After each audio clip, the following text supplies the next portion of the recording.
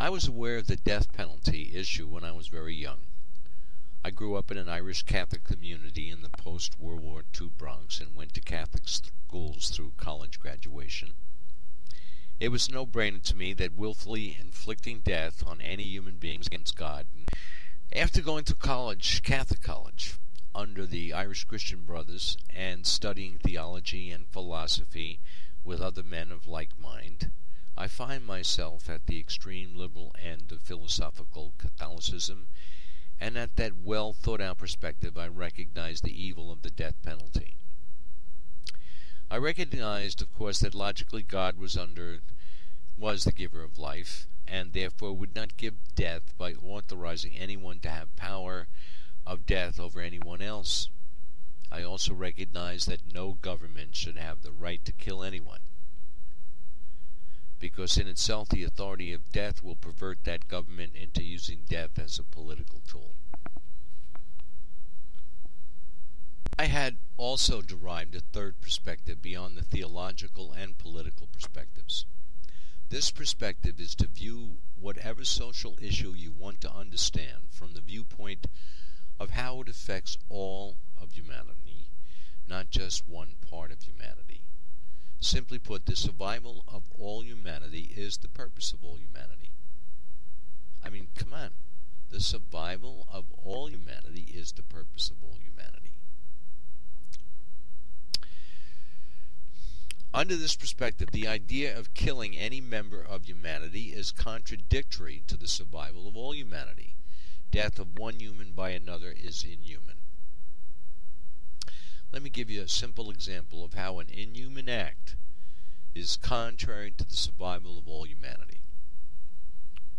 Let us suppose that we have a theoretical person who has within him the capability and the ability to solve the problem of aging. I'm saying that this person possesses the potential secret of life over death. Now, supposing this person causes the death of another person and is convicted and sentenced to death. If this person is executed, then the secret will never have been found, and what would have been the salvation of all humanity is destroyed with the life of that person. Ask yourself if this is a sensible thing. I would say that based on this one scenario, the death penalty should be ruled as anti-human and alien to our American democratic principles expressed in the Declaration of Independence. Declaration of Independence expresses its two self-evident truths, the fullness of theological, political, and humanical truth. I'm making up a word, humanical truth, like political, theological, humanical truth. Bringing all three arguments together into one statement is the genius of Thomas Jefferson. Let me review the essence of Americanism. This is Americanism. We hold these truths to be self-evident, that all men are created equal, that they are endowed by their Creator with certain unalienable rights, that among these are life, liberty, and the pursuit of happiness. Very simply put, in regards to the death penalty, life is an unalienable right. What this means is that anyone who claims to be an American of the Declaration of Independence must respect the right to live in everyone without exception. If you look deep within this thinking that I'm putting forth right now, you will see the political intelligence of removing the tool of death penalty from the hands of any human authority, including our own government. It is obvious in present-day society that the death penalty has been broadly misused across our nation just based on the many cases of wrongful conviction exposed by DNA testing. The way I look at it, if one person gets killed unjustly, the whole thing is wrong. It's flawed. So it is wrong, because no one has that right. Our prisons are filled with two groups: blacks and drug criminals. Both these groups are political purges. Allowing any group to have the power of life and death over any individual or group of individuals is contrary to the principles of American freedom, as expressed in the Declaration of Independence. As Americans, we cannot allow our government in any form to have the right to take someone's life or restrict someone's freedom. The recent attitude that our government has had about the WikiLeaks or WikiLeaks revelations shows that the government has separated itself from the people and exposed itself as an oligarchy comprised of individuals whose political principles are inimical to individual American freedom, even calling for the death penalty against people that leak information about the secret doings of the U.S. government. The only restrictions that should come upon an American's freedom, are those restrictions that American puts upon himself, or herself in violating another American's freedom by theft or harm.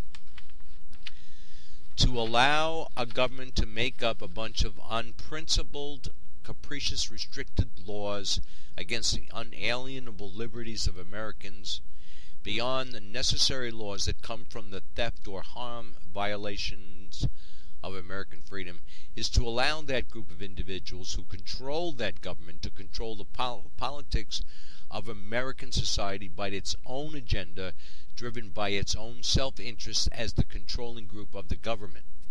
It now has a political tool necessary to suppress dissent. Essentially, the government criminalizes political dissent and incarcerates millions as a result. As it eliminates dissenters through control and incarceration, it increases its own power by expanding its personnel to take care of the dissenters. A prime example of this form of political action by a government regime is the war on marijuana. Through this ploy, the government has been able to suppress the voting power of millions of Americans. Since Nixon's launch of the war in 1972, there have been over 20 million Americans arrested for possession of marijuana. This was and is an obvious political purge of a targeted group of Americans.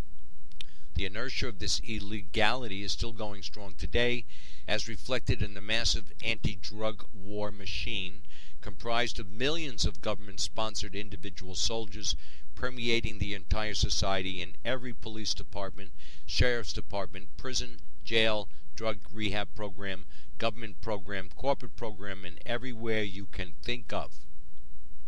Every one of these anti-drug soldiers, whether full-time or part-time, are earning their living from helping the government suppress individual freedoms. All of these people in the anti-drug army only care about earning their money, getting their health care and retirement, and having their American dream.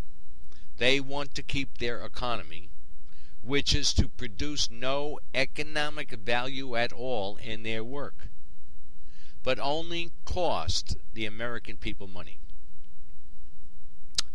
The anti-drug army has effectively taken control of the government by its economic dependence on keeping freedom to use drugs suppressed. As long as drugs are a crime, the government can continue to expand. This is where there is too much government, and this excessive government can be shown as the primary cause for the economic collapse of the United States of America. What has been the result of 38 years of the drug war? When I say result, I can only be referring to cost versus benefit. The drug war has cost hundreds of billions of dollars, at least from the figures I know, at least $900 billion, and that's just the surface. That's not including so much more.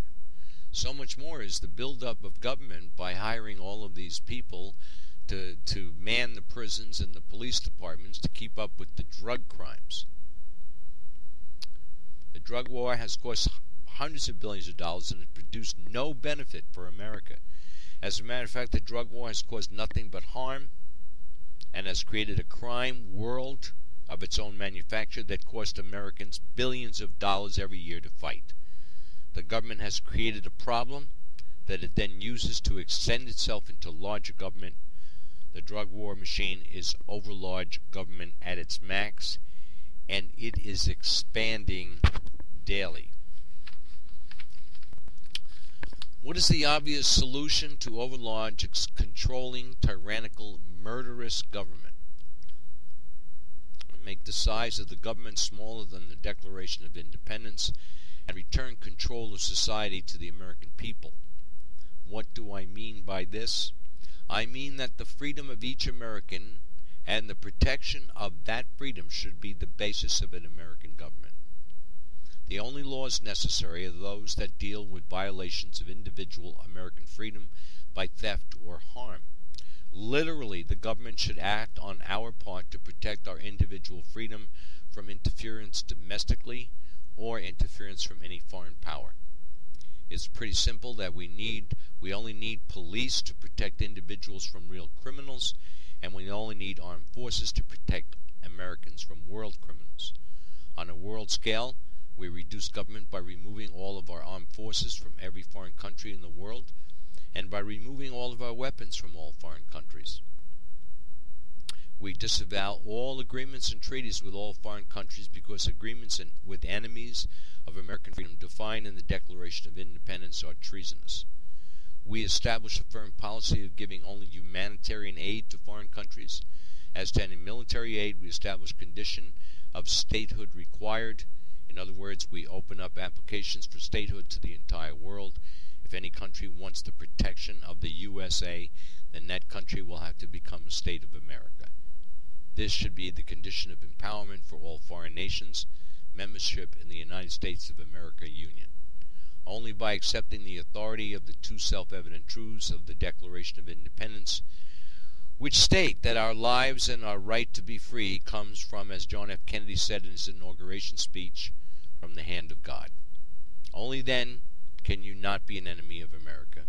In order to legally and truthfully accept Americanism as a nation and people, that nation must follow normal procedure and apply for statehood. Other than that, it is against the freedom of all Americans to give non-humanitarian aid to any nation on the earth without exception. The whole world will become us because we will never give up our divine freedom and become the world. The truth of the Declaration of Independence is the final truth of human freedom. I have inserted here a short video, which is John F. Kennedy from his inauguration speech. And what he's saying is here, he's saying, "For I have sworn before you and Almighty God the same solemn oath our forebears prescribed nearly a century and 3/4 ago, and yet the same revolutionary belief for which our forebears fought are still at issue around the globe. The belief that the rights of man come not from the generosity of the state, but from the hand of God. You can't do better for humans than basing a political system of government upon the God-given sanctity of individual American freedom. The death penalty is a denial of that sanctity, and any person that goes along with the death penalty is a traitor to American freedom. This whole argument applies equally to abortion, because what is it other than the death penalty being enacted against a helpless American when you willfully execute an unborn American? The self-evident truth that all men are created equal would logically conclude that the human creation point, which is right before creation, right before conception, is equal to all points of human creation, which is to say that a fully mature human is equal exactly to a freshly created human zygote, and vice versa. It is treason to commit an abortion and kill an unborn American. For I have sworn before you and Almighty God the same solemn oath our forebears prescribed nearly a century and 3/4 ago.